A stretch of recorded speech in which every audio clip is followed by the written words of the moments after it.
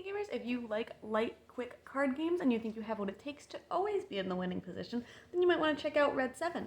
In this game, you will have a hand of cards of all different numbers and colors, and you will be able to play them either to your personal palette in front of you, or some of them will go to the main shared canvas in the center of the table.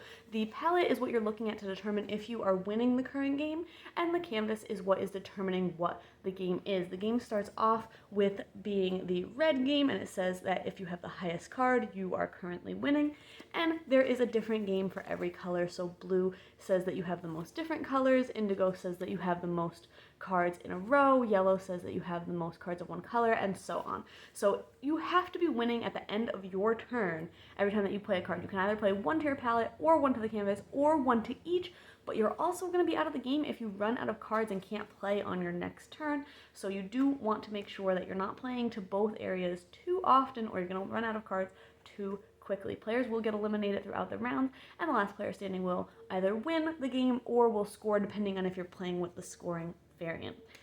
I thought this game was pretty good for a light card game. I thought that the different games that you can play are really interesting, and it is kind of strategic in how you're playing those cards to make sure that you're always in that winning position.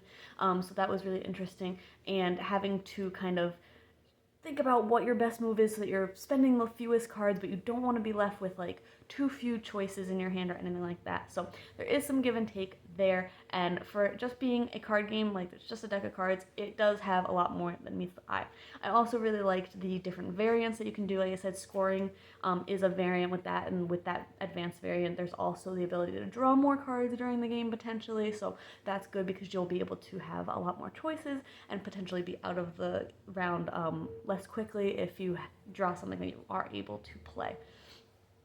And there's also another variant where these odd numbered cards do different actions depending on what card you're playing, so that will also add a little bit of variety as well. But like I said, for a small card game in a small box, everything, it works really well, and there is a lot of game there. So you can check out my full thoughts on the blog today to see if this one's for you.